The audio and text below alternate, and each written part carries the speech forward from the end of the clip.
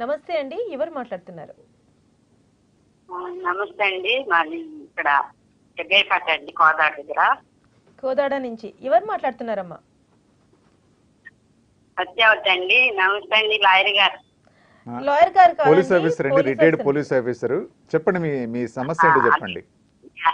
న్యాయం కోసం మరి మా వారు ఒక ఆమెను ఎంచుకున్నారండి. ఒక ఇల్లు ఉంది, ఆ ఇల్లు బేరం పెడితే ఆయన గారు చనిపోయారు.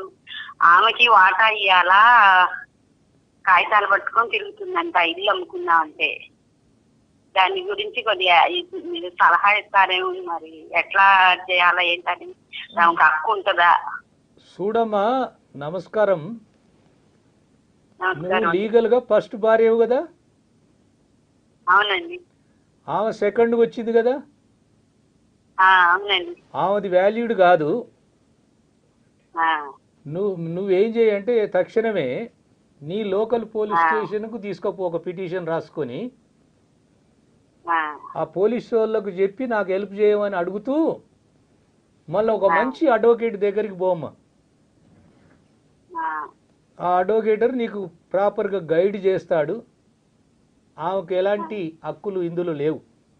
ఆమె ఏంటంటే ఇక నీ అమాయకత్వం చూసి నిన్ను థ్రెటన్ చేయటానికి వయా మీడియాలో ఏమన్నా వసూలు చేయటానికి ప్రయత్నం చేస్తుండొచ్చు, నేను అనుకుంటున్నాను. అదేలేండి.